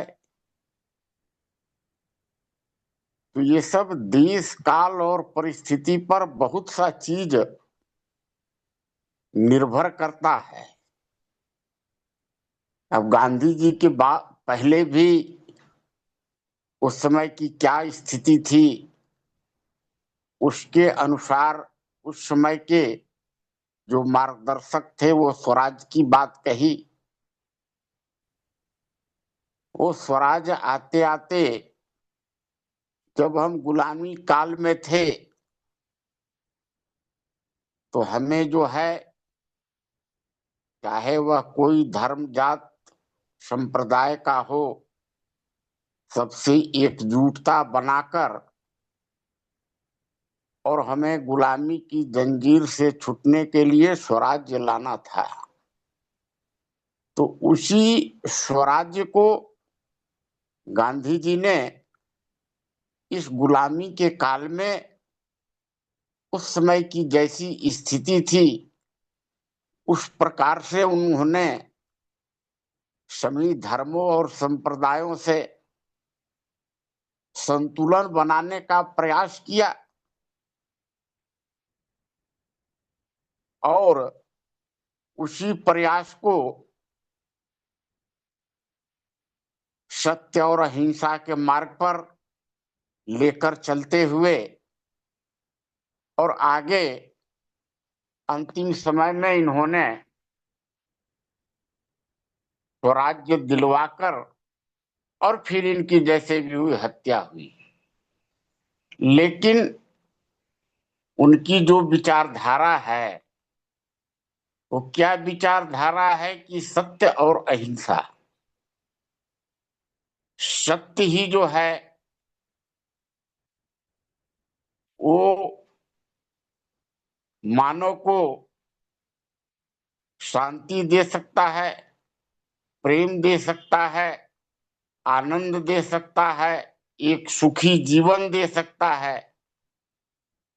अहिंसा की मार्ग ही है जो अब सबके अंदर आध्यात्मिक और सद्भावना जो है जागृत कर सकता है। तो उन्होंने इस मार्ग को अपनाया।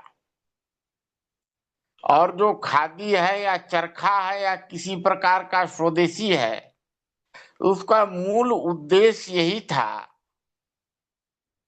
कि हम जो हैं आत्मनिर्भर कैसे होंगे, चाहे वह कृषि क्षेत्र में हो, चाहे वह वस्त्र का क्षेत्र, अन्न का क्षेत्र हो, चाहे वह वस्त्र का क्षेत्र हो, रोटी कपड़ा मकान का क्षेत्र हो। चरखे का कोई उसमें उस समय का जो है स्थिति था। आज का स्थिति दूसरा कहता है आत्मनिर्भर होने का, विकसित भारत होने का। तो आज की स्थिति के हिसाब से हमको आत्मनिर्भर होना है। जब हम आत्मनिर्भर होंगे और किसी पर हम डिपेंड नहीं रहेंगे तो हमको उसकी गुलामी भी नहीं करना पड़ेगा। हमको सुरक्षा के क्षेत्र में भी आत्मनिर्भर रहना पड़ेगा, हमको उद्योग के क्षेत्र में भी आत्मनिर्भर होना पड़ेगा, हमें पूंजी के क्षेत्र में भी आत्मनिर्भर होना पड़ेगा, कृषि कार्य, शिक्षा का कार्य, स्वास्थ्य, हर एक चीज में आत्मनिर्भर होना पड़ेगा। और जितनी ही हम आत्मनिर्भरता अपने जनता को, अपने नागरिकों को दे सकते हैं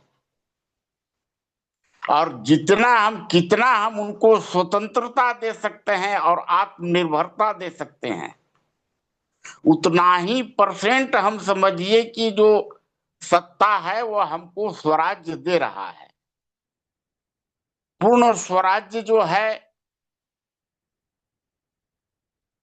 अपना राज्य जो है व्यक्ति व्यक्ति का, पूरे समाज का है। ये पूरा कोई भारत का नहीं है। वैसे स्वराज कहिए कि हर एक व्यक्ति का, मतलब पूरे विश्व के व्यक्तियों को स्वराज्य मिलना चाहिए। और वो अगर मिल सकता है तो सत्य अहिंसा के मार्ग से ही मिल सकता है और आत्मनिर्भरता के मार्ग से ही मिल सकता है। तो गांधी की विचारधारा ये थी। अब इसमें हर एक व्यक्ति के भी अंदर जो होता है, एक राक्षसी प्रवृत्ति होता है या एक देव की प्रवृत्ति होती है। उसी प्रकार से हर एक संप्रदाय, जात और पूरे विश्व में है। तो हम देवत्व की ओर, धर्म की ओर कितना आ सकते हैं, इस पर डिपेंड करता है। तो ये विचारधारा जो है इनकी, इसी विचारधारा पर आज मां संस्थान जो है सत्य और अहिंसा पर ही अपनी विचारधारा को आगे बढ़ा रहा है। और जो गांधीवाद है, जो कि खादी का टोपी तो है, खादी का कुर्ता पैजामा तो है, आज जो है पद यात्रा निकल रहा है, लेकिन स्वराज्य के लिए और जनता के लिए नहीं निकल रहा है। वो तो अपना राज्य के लिए निकल रहा है, अपना गद्दी के लिए निकल रहा है, अपने परिवारवाद के लिए निकल रहा है, अपने किसी संप्रदाय को खुश होने के लिए निकल रहा है।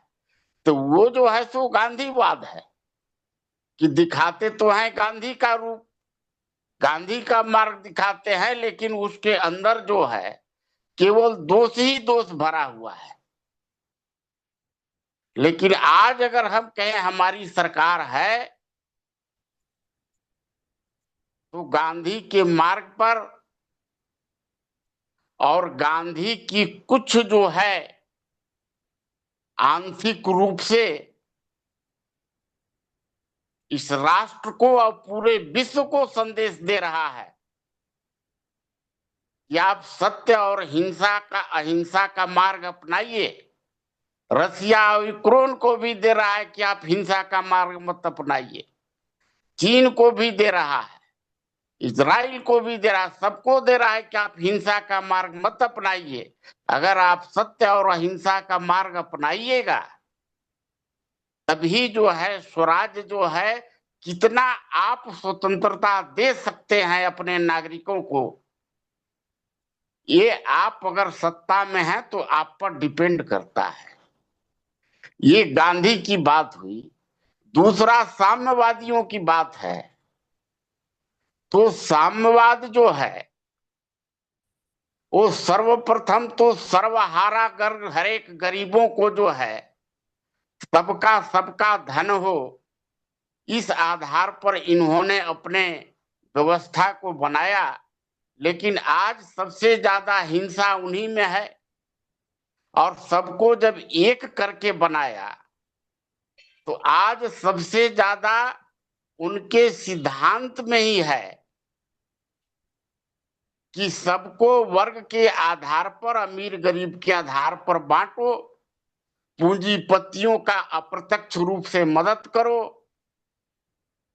और श्रमिकों के लिए जो उन्होंने बनाया, मजदूरों के लिए बनाया, गरीबों के लिए बनाया कि सबको हम समान रूप से राज्य में हिस्सा देंगे, उनका शोषण करने का वो तरीका अपना रहे हैं।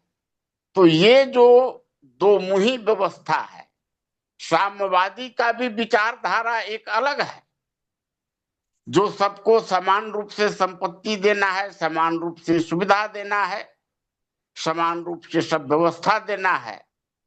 लेकिन जब सत्ता आ गई तो साम्यवादी केवल नाम का है और वहां पर पूरे प्रकार से तानाशाही है और केवल हिंसात्मक वातावरण है। तो ये जो परिस्थितियां हैं ये दोनों को डिफर करती है।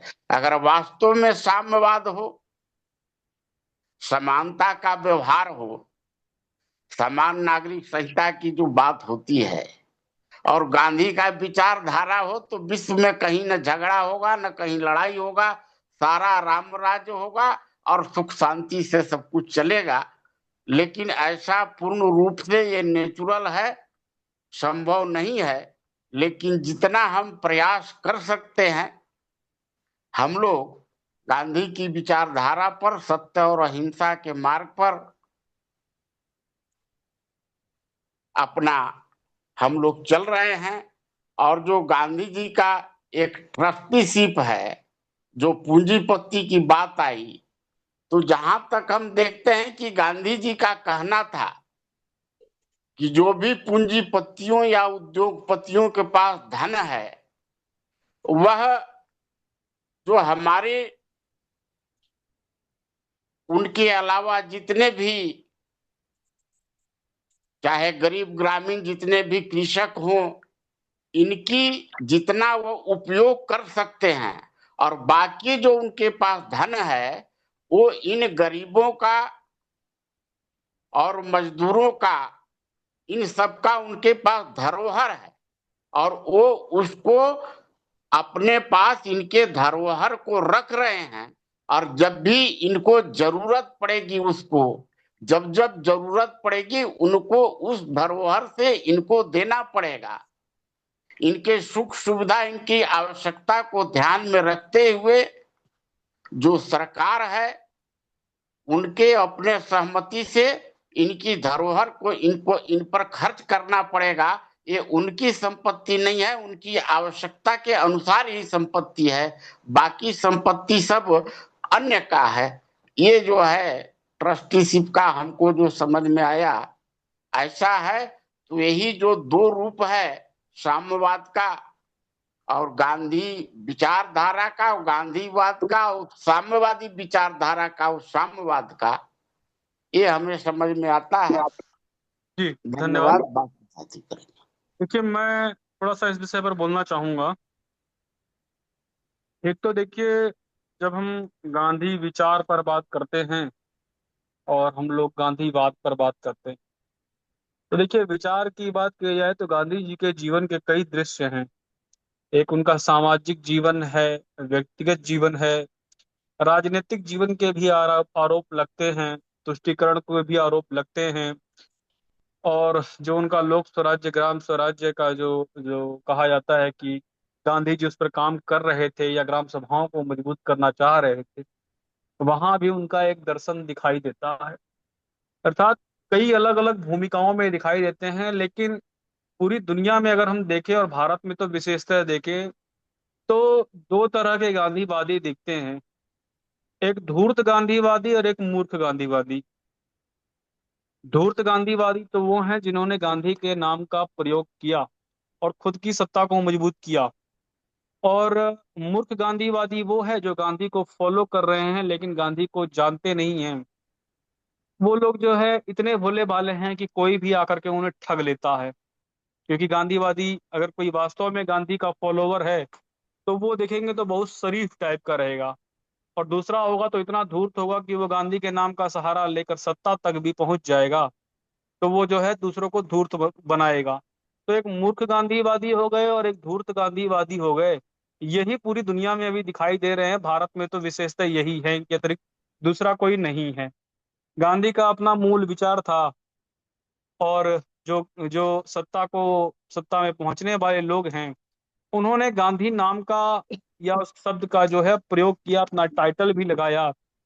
लेकिन अगर कोई ये कहे कि गांधी जी की हत्या गोडसे ने कर दी, तो मैं समझता हूं कि ये तो केवल शरीर की हत्या थी। गांधी के वैचारिक हत्यारे तो देखा जाए तो नेहरू थे, अंबेडकर थे। ये लोग तो गांधी के वैचारिक हत्यारे थे। जब गांधी मर गए तो क्यों नहीं इन लोगों ने संविधान सभा बनाते समय संविधान सभा बनी, वहां चर्चा में इन लोगों ने कहीं भी एक बार जो है वो ग्राम सभा की चर्चा तो नहीं कही। कभी नहीं कहा कि गांव परिवार समाज को अधिकार मिलने चाहिए। तो अगर शरीर का हत्यारा इतना बड़ा है तो वैचारिक हत्यारे को क्या कहेंगे हम। और उन वैचारिक हत्यारों ने तो गांधी के नाम का दुरुपयोग किया। अगर गोडसे ने गांधी की हत्या कर दी तो उसके कारण संघ बदनाम हो गया, ब्राह्मण बदनाम हो गया। लेकिन गांधी के वैचारिक हत्यारों तो आज उन्हीं के नाम पर जो है दुकानदारी चला रहे हैं, वो प्रसिद्धि पा रहे हैं। तो हत्यारे दो ही हैं, एक शरीर का हत्यारा है, एक विचार का हत्यारा है। मुझे लगता है शरीर तो आज और तो कल छूटना ही छूटना था, वो तो छूट जाता। ना तो सदा सर्वदा बजरंग मुनि रहने वाले हैं, न मैं और आप रहने वाले हैं, न गांधी रहे, न जयप्रकाश नारायण रहे, न लोहिया रहे, न महर्षि दयानंद सरस्वती रहे। लेकिन आप ऋषि दयानंद को माने और उनके ही विचारों की हत्या करें, वो तो बड़े जो है खराब बात मुझे दिखाई देती है। लेकिन गांधी के रास्ते पर जयप्रकाश नारायण जो है वो चलते हुए दिखाई देते हैं। अन्ना हजारे को आप देखिए, अन्ना हजारे जो है, उन्हें हम कहीं से नहीं कह सकते कि अन्ना हजारे कोई धूर्त व्यक्ति हैं। लेकिन हाँ, अन्ना हजारे शरीफ व्यक्ति हैं, ठगे गए। और गांधी की जो फूल माला चढ़ाते हैं, वो सत्ता में है, वो मलाई काट रहे हैं। तो आप अगर शरीफ गांधीवादी हैं तो आप मूर्ख बना दिए जाएंगे, और आप धूर्त गांधीवादी हैं तो आप दूसरों को मूर्ख बनाएंगे। इसीलिए हमें समझदार बनना पड़ेगा। गांधीवाद की क्या आवश्यकता है? जो गांधी के विचार से सहमत है वो गांधी के विचारों के अतिरिक्त अपना भी विचार दे। हाँ, देश काल परिस्थितियों के अनुसार संशोधन की आवश्यकता होती ही है। गांधी जी ने जिस समय कोई विचार दिया था उस समय दिया था। अब हम अपना कुछ नया विचार देने के लिए सोचे, अगर उससे उसमें कुछ संशोधन की भी आवश्यकता पड़ती है तो करेंगे। गांधी जी ने जब ग्राम सभा की बात करी, ग्राम स्वराज्य की बात करी, तब गांवों में जो है कम लोग रहते थे। जनसंख्या भारत की 35 करोड़ थी, आज हमारी 140 करोड़ से ऊपर है। हमारी नीतियां परिवार सभा के अंतर्गत बनेगी। हम क्यों ग्राम सभा को मजबूत करने की बात करें? ग्राम सभा भी मजबूत हो, उससे हम छोटी इकाई पर चले जाएंगे। अब परिवार सभा की जो है आवश्यकता है, परिवार अपना आंतरिक संविधान बना ले। तो परिस्थितियां जो है वो निर्धारित करती हैं हमें कैसी व्यवस्था का निर्माण करना है। गांधी जी ने जो उस समय विचार दिया होगा, जो ट्रस्टिज्म का सिद्धांत था, वो क्लियर हो नहीं पाया। हाँ, लेकिन कुल मिला जुलाकर एक बात दिखती है, गांधी जी ये तो चाहते थे कि सत्ता और समाज का जो संघर्ष हो उसमें जो है समाज मजबूत रहे। जयप्रकाश नारायण भी सत्ता और समाज की लड़ाई लड़ रहे थे। और जो अन्ना हजारे का जो जो आंदोलन था वो भी सत्ता और समाज का संघर्ष था।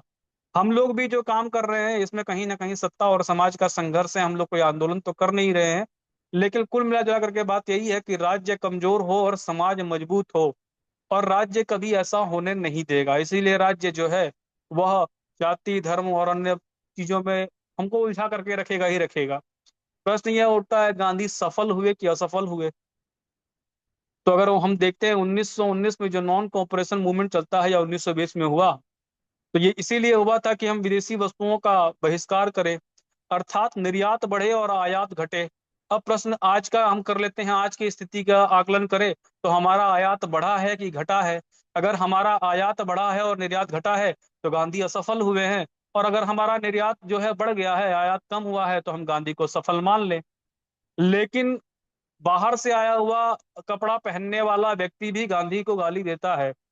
स्वदेशी का की बात करने वाला भी व्यक्ति जो है, भले ही वो इंग्लैंड और लंदन का पहन ले, वो जर्मनी जापान का पहन ले, लेकिन गांधी को ऐसे गाली देता है जैसे कि वो खुद एक ऐसे देश में है जहां आत्मनिर्भर है, या हम दूसरों से आयात नहीं कर रहे हैं।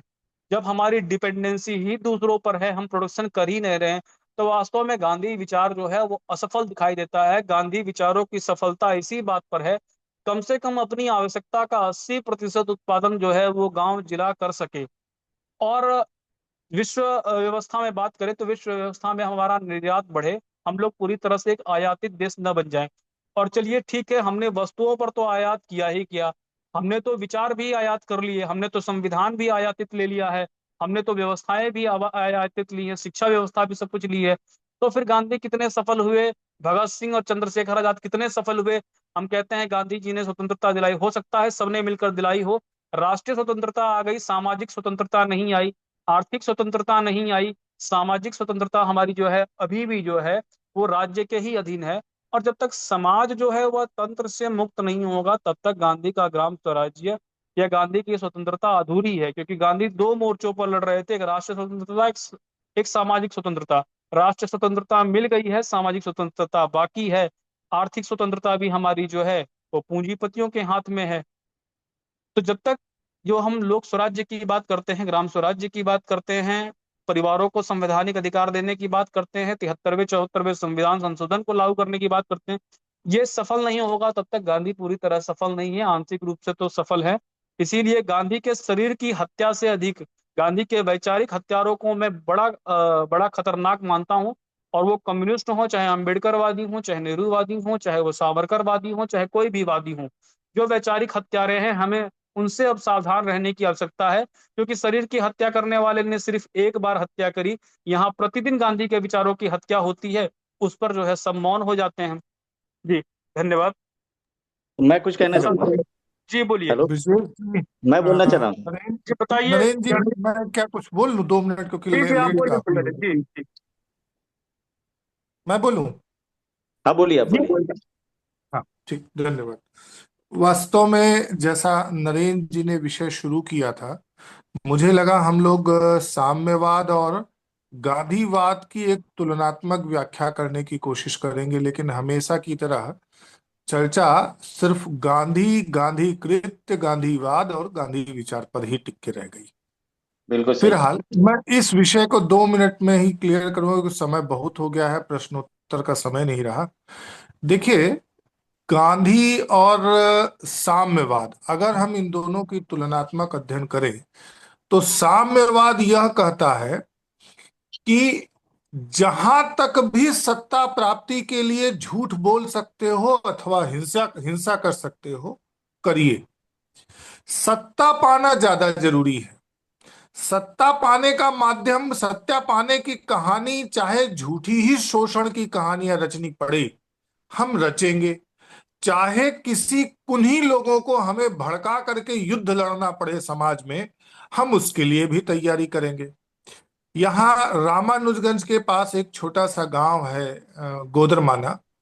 वहां पर एक दुर्गा पांडाल को लेकर के कुछ विवाद हुआ, और कुछ लोगों ने गांव के, यहाँ बाजार के लोगों को भड़काया कि ठीक है, रास्ता हमारा है, रास्ता सार्वजनिक है, हम उसी रास्ते से प्रतिमा ले जाएंगे और जो है वहां पर विसर्जन करेंगे।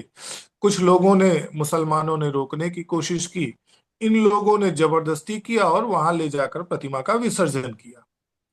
परिणाम यह हुआ कि सरकार वहां पर झारखंड मुक्ति मोर्चा की है और उन्होंने लगभग 100 लोगों के खिलाफ मुकदमा दर्ज किया, जिसमें से 40-42 लोगों के खिलाफ गंभीर धाराओं में मुकदमा दर्ज हुआ।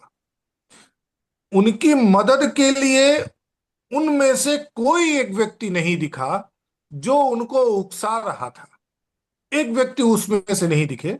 वह बेचारे सब घर द्वार छोड़ करके झारखंड का बॉर्डर क्रॉस करके कुछ तातापानी में, कुछ अन्य जगहों पर घूम फिर रहे थे। देखिए, एक झूठ और हिंसा, हम उस समस्या को समझने का कोशिश करें कि हम अपनी बात मनवाने के लिए क्या हम सत्य बोलने का सहारा ले रहे हैं या झूठ भी बोल रहे हैं। भाई, हम कहने को तो हिंदू स्वराज की रचना गांधी जी ने 1909 में करी है, 1909 में पब्लिश हुआ है। हम उसको बताने के लिए झूठ ही बोलना है तो हम तो कह देंगे कि 1915 के बाद, भारत में आने के बाद उन्होंने हिंदू स्वराज लिखा। हमको अगर झूठ बोलना है तो हम कह देंगे 2015 में भारत गांधी आए, जबकि पैदा ही यही हुए। 2015 में राजनीतिक रूप से सक्रिय हुए, ये सही है। कांग्रेस की सदस्यता में घुसे, कांग्रेस में राजनीतिक रूप से सक्रिय हुए, विषय ये सही है। कहने को झूठ ही बोलना है तो हम यह भी कह सकते हैं कि ग्राम स्वराज का उन्होंने सिर्फ भाषण दिया, जबकि 1909 हिंद स्वराज में उन्होंने ग्राम स्वराज की चर्चा कर दी है। हिंसा और झूठ, इनसे सिर्फ आप लोगों को भड़का सकते हैं, और भड़का करके आंदोलनों का क्या परिणाम होता है यह हम सब खूब अच्छे से देख रहे हैं। पिछले कम से कम 10, 20, 25, 150 सालों का इतिहास तो हमारे पास लिखा पढ़ी में है। हमको बहुत ज्यादा मानवतावादी बताया जाता है साम्यवाद को, जबकि साम्यवाद क्या कुकर्म किया है नरेंद्र जी ने आपके सामने बताया। हम जिस शोषण की कहानी से बाहर निकलना चाह रहे हैं, जिस गुलामी से बाहर निकलना चाह रहे हैं, हमारे पास उसके लिए टूल्स क्या हैं? क्या हम बंदूक उठा करके लोगों को मारने की बात कर रहे हैं? क्या हम फिर से उन लोगों को भी आग में झोंकने की बात कर रहे हैं जिनका खुद का अपना परिवार है, जिनके पास खुद इतनी शक्ति नहीं है अभी बेचारे की, या तो बैंक या तो उस जमाने के तरीके ट्रेन लूटेंगे या कुछ करेंगे।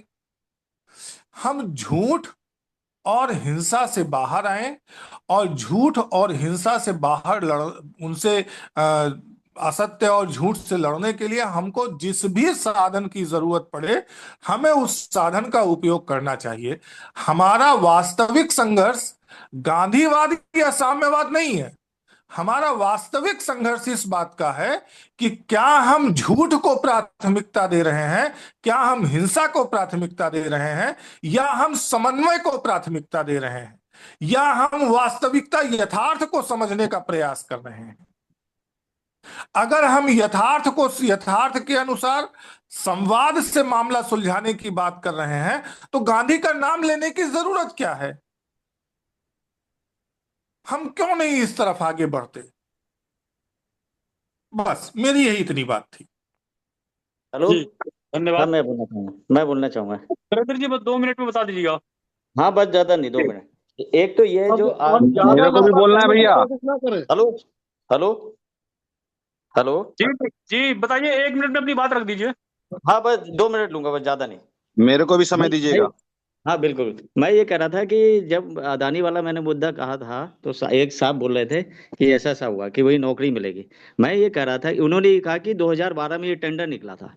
हर एक टेंडर की एक लिमिट होती है, 6 महीने, 3 साल, 6 महीने, प्रक्रिया 1 में साल, थी, 6 टेंडर नहीं निकले थे सर। सॉरी, नरेंद्र जी, इस विषय नहीं, को ये अभी नहीं, छोड़ इन्होंने दीजिए। कहा था, कोई इन्होंने विषय कहा से था, संबंधित बात मेरे हो। मेरे को बोलने दीजिए ना, 1 मिनट का, मुझे 1 मिनट का समय मुझे बोलने दीजिए। मैं ये कह रहा था, इन्होंने ये कहा था कि टेंडर का समय, मतलब टेंडर 12 में निकला था और अब जाके खुला तो उसको मिल गया और वो नौकरी देंगे खाली। और मेरा प्रश्न, मैं ये कह रहा था कि उस प्रॉफिट में से जो गांधी का पूंजीवाद सिद्धांत है, वो कहते हैं कि अपने नरेंद्र प्रॉफिट में यादव से जी, कितना आप परसेंट। प्लीज, आज हाँ, विषय पे हम लोग चर्चा करते हैं, ये विषय अंतर हो रहा है, इस पे फिर नहीं, चर्चा पूंजीवाद कर पे लेंगे। तो हाँ, आप नरेंद्र सिंह पूंजीवाद जी पे तो कर बताएं। रहे हैं। अच्छा अच्छा, एक नरेंद्र मिनट, सिंह एक जी मिनट, कुछ गांधी कहना चाह रहे हैं। बात मत करिएगा यहाँ। हैं? क्या अडानी अडानी इसका हम विषय खानदानी फिर से किसी रखा भी बताओ। जाएगा, ये जमीन आप वाला नहीं, आप विवाद। सोशल नैरेटिव की कोई बात करिए, ये अडानी क्या चीज है? भैया जी वैदराज, हाँ बताइए वैदराज। वैसे तो आप लोग सब लोग जो बोलते हैं ना, जिस विचार को रखते हैं उसको बहुत अच्छे तरीके से आप लोग रख लेते हैं। फिर भी मैं कुछ अपने तरफ से कुछ दो शब्द तो बोलूंगा ही बोलूंगा, क्योंकि मैं रोज जुड़ रहा हूं। जो लक्ष्य केंद्रित हो वह विचारवाद नहीं, जो लक्ष्य केंद्रित हो वह विचारवाद नहीं, और जो साधन को ही लक्ष्य माने और